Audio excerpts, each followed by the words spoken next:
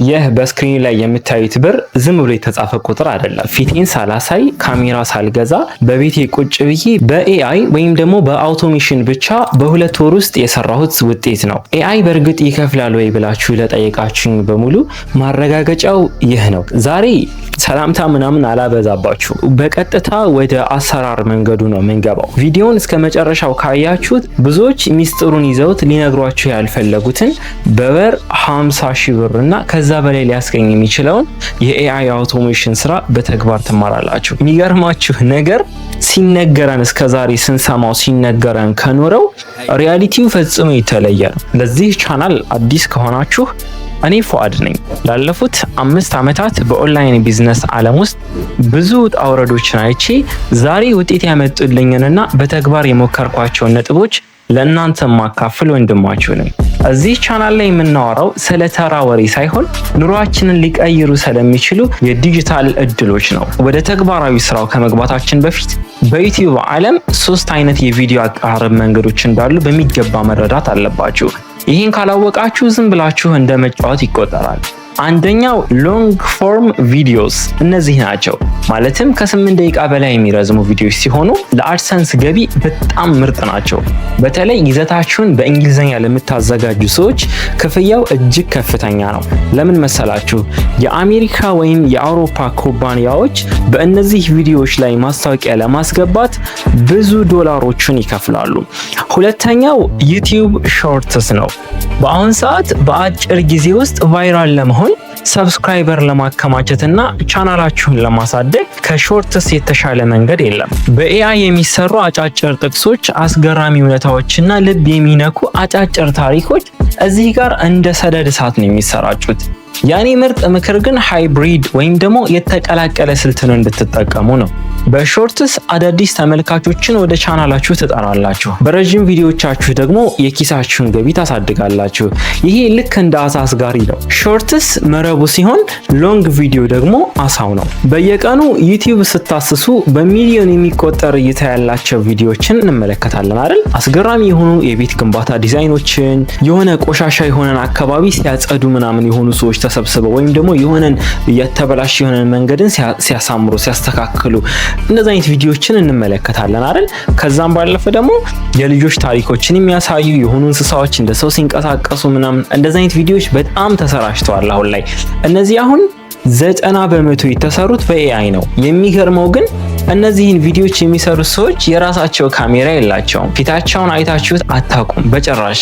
ምናልባትም አጠገባችሁ ያለው ጎረቤታችሁ በሚሊዮን የሚቆጠር እይታ ያለው ቻናል ባለቤት ሊሆን ይችላል። እናንተ ግን አታውቁም። ምክንያቱም እሱ በብልሃት ኤአይን እየተጠቀመው ነው። የሚገርማችሁ ነገር እኔ እንኳን ጭራሽ ስለ ዩቲዩብ ምንም ኖሃው አለው ብዬ ማላስበው ልጅ እዚህ ነገር ላይ በጣም ፐርፌክት ሆኖ በጣም ትልልቅ ብሮችን ሲሰራ ነው ያጋጠመኝ።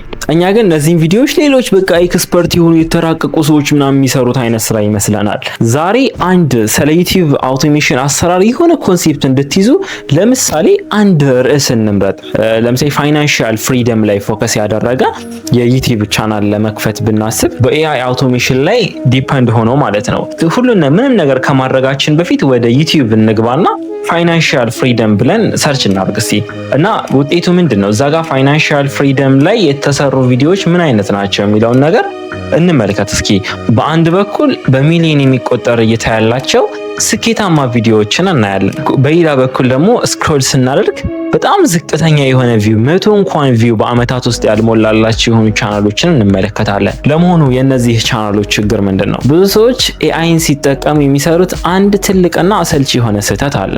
ዝም ብለው ኤአይ የሰጣቸውን ነገር ያለምንም ማሻሻያ በቀጥታ ኮፒ ፔስት አድርገው ይጭኑታል። ዩቲዩብ ደግሞ የሰው ልጅ ስሜት የሌለውን ሮቦት የሚመስል ድምጽ ያለበትንና አሰልቺ ምስሎች የተሞሉበትን ቪዲዮ ለሰዎች አይመክርም። ተመልካችም ገና ድምጹን ሲሰማው ይህ ሮቦት ነው ብሎ ይወጣል። እኛ ግን ስኬታማ ለመሆን መከተል ያለብን መንገድ የተለየና ፕሮፌሽናል የሆነ ነው። እኛ ኤአይን የምንጠቀመው እንደ ሳፖርተር እንጂ እንደ ኦውነር አይደለም። ስክሪፕቱን ኤአይ እንዲያሻሽልልን እናደርጋለን። አሪፍ የሆኑ የስክሪፕት አይዲያዎችን እንዲሰጠን እናደርጋለን። ግን ለሰው ልጅ ጆሮ በሚመጥን መልኩ የተስተካከለ ማድረግ አለብን። ሁለተኛ ላይ ድምጹን በኤሌቨን ላብስ በጣም የተለመደው ፕላትፎርም ነው። በሱ በኩል ድምጹን እንሰራዋለን። ነገር ግን እኔ በቀጣይ ቪዲዮዎች ላይ እየፈለኳቸው እየሞከርኳቸው ያሉ አዳዲስ ዌብሳይቶች አሉ። ምክንያቱም ኤአይ እንዳይመስል በጣም መጠንቀቅ አለብን። ማለትም ለዩቲዩብ ብቻ አይደለም፣ ሰው በቃ በጣም ተጠቦ ስክሪፕት አድርጎ እየሰራ ያለው ቻናል መሆኑን በትክክል ማመን አለበት። ያን ማድረግ ካልቻለን ምንም ጥቅም የለውም። ማለትም በምንፈልገው ልክ ውጤት ላናመጣበት እንችላለን። ምንሰራቸው ቪዲዮዎችን ስትመለከቱ በጣም ኤግዛይትድ ልትሆኑ ትችላላችሁ። በጣም በቃ ኤአይ አውቶሜሽን በወር 50 ሺህ ብር ምናምን ስንል በቀላሉ የሆነ ቻናል ስለተከፈተ ብቻ በአንድ ወሩ 50 ሺህ ብር ምናገኝ መስሎ ሊሰማን ይችላል። እኔ የዛሬ 5 ዓመት አካባቢ ዩቲዩብን ስጀምር እንደዛ ነበር ይሰማኝ የነበረው። ነገር ግን እንደዛ አይደለም። በቃ ወዩ እንደዛ አይደለም። መንገዱ ከዛ በጣም ፍጹም ተቃራኒ ነው። ከኛ የሚፈልገው በጣም ብዙ ጥረት አለ፣ ብዙ ውጣ ውረዶች አሉ። እኔ አሁን ስለ ኤአይ አውቶሜሽን ስነግራችሁ የሆነ ዩኒክ የሆነ ኒች መምረጥ ትችላላችሁ። ፎከስ ካረጋችሁ፣ ከተጨነቃችሁ፣ ምን ላይ ልስራ፣ እንዴት አድርጌ ልስራ የሚለው ጭንቀት ካለ የሆነ ነገር መፍጠር ትችላላችሁ። ያ የፈጠራችሁት ነገር ነው ዩቲዩብ ላይ መጥቶ የሆነ ቪው ያመጣላችሁ፣ ቻናላችሁን ግሮም ያደርግላችሁ፣ በኋላ ላይም ጥሩ የሆነ የዶላር ተከፋይ የሚያደርጋችሁ። እኔ መንገዱን ነው መቀድላችሁ። ያን መንገድ ማሳመር፣ ያን መንገድ ማሻሻል የእናንተ ትልቁ ሚና ነው። እዚህ ጋር ለምሳሌ በጣም አብዛኛው የዩቲዩብ ቻናል በኤአይ የተሰሩ ቻናሎችን ስንመለከት የሚጠቀሙት ድምጽ በ11 ላብስ የተሰራ ነው። እኔ ግን ከዚህ ስለመውጣት እያሰብኩን ምን ከ11 ላብስ ሌላ በክፍያም ቢሆን የተሻለ የሆነ አውቶፑት ሊሰጠኝ የሚችል የሆነ ፕላትፎርም ወይም ደግሞ ዌብሳይት ማግኘት አለብኝ ብዬ እያሰብኩ ነው። እስኪ እየፈለግኩ ነው። ልክ አዲስ ነገር እንዳገኘው ምርጥ ቪዲዮ ይዤላችሁ እመጣለሁ። አሁን ላይ ለምንድን ነው የምትነግረን የምትሉኝ ከሆነ ኋላ ላይ አዲሱ ፕላትፎርም ሲመጣ ግር እንዳይላችሁ 11 ላብስ ላይ የሆነ ትንሽም ቢሆን ልምድ ልታካብቱ ይገባል። ከዛ አዲሱን ፕላትፎርም እንዴት መጠቀም እንዳለባችሁ፣ እንዴት ማሻሻል እንዳለባችሁ፣ እንዴት የተሻለ ነገር ከዛ ይዛችሁ መምጣት እንደምትችሉ ግር አይላችሁም ማለት ነው። እዚህ ጋር አንድ ጥያቄ ልጠይቃችሁ። እስኪ በአሁን ሰዓት ኤአይ እየሰራችሁ ያሉ ቪዲዮዎች ሪል እውነት እየመሰሉ መጥተዋልና መለየት እስኪ ከብደን ድረስ። ነገር ግን ያው ይለያል መቼስ ተፈጥሯዊ የሆነ ነገርና አርቲፊሻል የሆነ ነገር መለየቱም አይቀር ነው። ግን በጣም ስለተደጋገመ ኖርማሊ የሆነ በቅንብርና የሚመስሉን በጣም ብዙ ቪዲዮዎች አሉና እናንተ እነዚህን መለየት ትችላላችሁ? የሆነ ቪዲዮ በኤአይ የተሰራ ይሁን ወይስ ደግሞ ትክክለኛ አውቴንቲክ የሆነ ሰው የሰራ ይሁን አይታችሁ መለየት ትችላላችሁ? መለየት የምትችሉ ከሆነ የስ ብላችሁ ጻፉልኝ ኮሜንት ላይ። የማስችሉና የሚያስቸግራችሁ ከሆነ ደግሞ ኖ ብላችሁ ጻፉልኝና ልዩነታቸው ምን ላይ ነው፣ እኛ በእነዚህ ልዩነቶች ላይ ተመስርተን ምን አይነት ቪዲዮዎችን መስራት አለብን የሚለውን ነገር እንወያያለን። ቀደም እንዳልኳችሁ ፕሮምፕት በጣም ትልቅ የሆነ ተጽዕኖ መፍጠር የሚችል የሆነ ነገር ነው ኤአይ ላይ እና ለምንሰራው ቪዲዮ በቅድሚያ ምን እናዘጋጅለታለን? ፕሮምፕት እናዘጋጅለታለን። በጣም ጥራት ያለው የሆነ ለምሳሌ ኤአይን ዝም ብለን ተነስተን ቆንጆ ምግብ ስራለን ብንለው ምግብ አይሰራም። ላይክ በጣም ግልጽ እንዲሆንላችሁ ላስረዳችሁ እየሞከርኩ ነውና ቆንጆ የሆነ ምግብ ስራለን ብንለው እንደ ሺፍ እናስበውና ማለት ነው ዝም ብሎ ራሱ የፈለገውን ደስ ያለውን ነገር ነው የሚሰራው። ነገር ግን በጣም የሚጣፍጥ በጣም እንደዚህ ጮማ የበዛ በጣም እንደዚህ የተከተፈ በጣም የበሰለ እንደዚህ አይነት ቅመሞች የተቀላቀሉበት መጨረሻ ላይ እንደዚህ የተጨመረበት መጀመሪያ ላይ ሽንኩርቱ እንደዚህ ተደርጎ የተበሰለ ምናምን በቃ ዲቴይል የሆነ ነገሮችን ስትነግሩት እናንተ በምትፈልጉት መልኩ አሳምሮ ጽድት አድርጎ ይዞላችሁ ሊመጣ የሚችለው። ለምሳሌ አሁን እናንተ ለማሳየት ላሰብኩት ቪዲዮ የተጠቀምኩት ፕሮምፕት በእንግሊዘኛ ነው። እንግሊዘኛ ቪዲዮ ነው ለመስራት ያሰብኩት፣ ግን ግልጽ እንዲሆንላችሁ ትርጉሙን ልንገራችሁ። በ2026 ሀብትን ለመገንባት የሚያስችሉ 5 ህጎች በሚል ርዕስ ለዓለም አቀፍ ተመልካች የሚሆን ሰውን የሚያነቃቃና ከፍተኛ ጥራት ያለው የ5 ደቂቃ የዩቲዩብ ስክሪፕት ጻፍልኝ በሚል በእንግሊዘኛ ጽፌ ለቻት ጂፒቲ ሰጠዋለሁ ማለት ነው። ሃይ ኳሊቲ ወይም ደግሞ ከፍተኛ ጥራት ያልኩት ኤአዩ ዝም ብሎ ላዩን ሳይሆን ጥልቅና ፕሮፌሽናል የሆነ መረጃ እንዲሰጠኝ ነው። ሞቲቬሽናል ያልኩት ደግሞ የቪዲዮ ድምጽ ሰዎችን የሚቀሰቅስና የሚስብ እንዲሆንም ስለፈለኩ ነው። ሰው እንቅልፍ የሚል የሆነ ስክሪፕት አይፈልግም። ኢንተርናሽናል ኦዲየንስ የሚለውን ነገር ያካተትኩበት ደግሞ ስክሪፕቱ በማንኛውም ሀገር ያለ ሰው ሊረዳው በሚችል ሁለንተናዊ እንግሊዘኛ እንዲጻፍ ለማድረግ ነው። እንግዲህ ይህን ፕሮምፕት ተጠቅሜ ለቻት ጂፒቲ ሲሰጠው ቻት ጂፒቲ ይህን መሰል ዝርዝር የሆነ ስክሪፕት ሰጥቶኛል። አሁን ይህንን ስክሪፕት ኮፒ አድርጌ ወደ ኖትቡክ አምጥቼዋለሁ።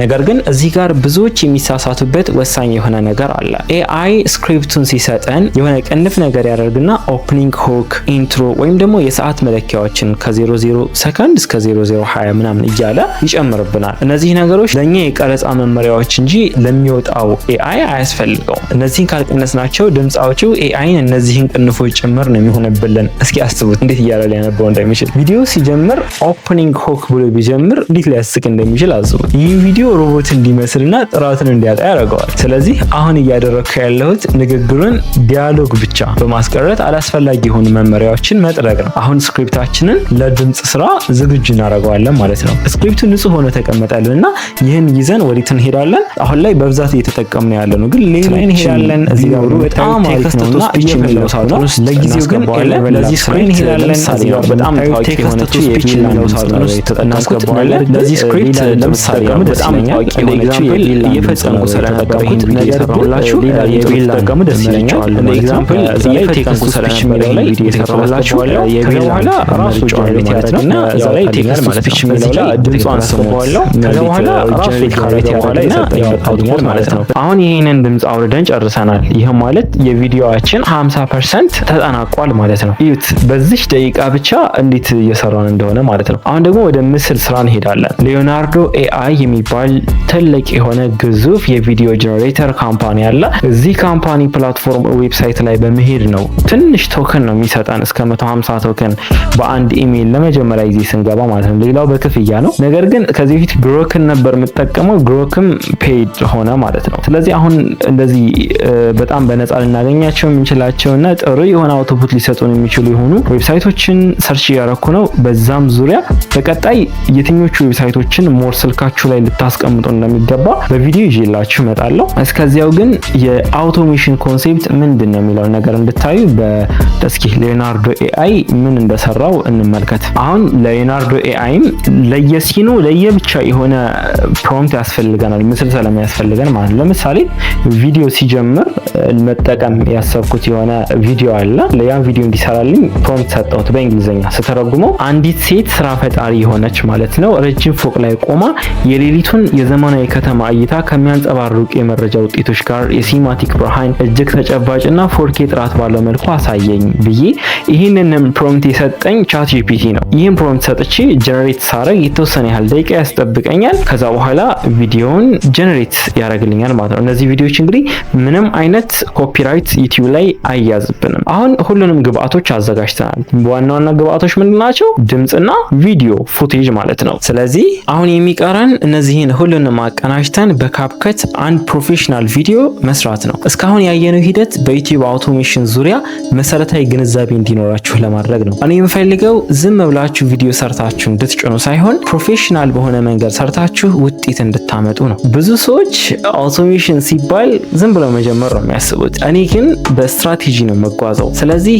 ለዚህም ነው በቀጣይ ቪዲዮዎች እጅግ በጣም አስፈላጊ የሆኑ አፕሊኬሽኖችንና ዌብሳይቶችን ከነጥቅማጥቅማቸውና አከፋፍታቸው በዝርዝር ላሳያችሁ እየተዘጋጀው ያለሁት። አውቃለሁ አንዳንዶቹ ዌብሳይቶች የክሬዲት ሊሚት አላቸው፣ ግን ለዚያም ቢሆን ለኛ የሚሆኑ አማራጭ መፍትሄዎች አንድ በአንድ አሳያችኋለሁ። ስለዚህ አሁን በችኮላ ከመጀመር ይልቅ በደንብ አእምሯችሁን ዝግጁ እንድታደርጉ ፈልጋለሁ። ዛሬ ስለ አውቶሜሽን ሰማችሁ ማለት ማሰብ ጀምሩ እያልኳችሁ ነው እንጂ እቅድ ማውጣት ጀምሩ፣ ራሳችሁን ሬዲ ማድረግ ማስተማር ጀምሩ እያልኳችሁ እንጂ ዛሬውኑ አካውንት ከፍታችሁ ቪዲዮ ፖስት ማድረግ ጀምሩ እያልኳችሁ አይደለም። አጠቃላይ የኤዲቲንግ ዝርዝሩን የካሊድ ሶሉሽን የተባለ የዩቲዩብ ቻናል አለ፣ የጓደኛዬ ቻናል ነው። እዛ ላይ በጣም አሪፍ በሆነ መንገድ ቱቶሪያል ሰርቶላችኋል።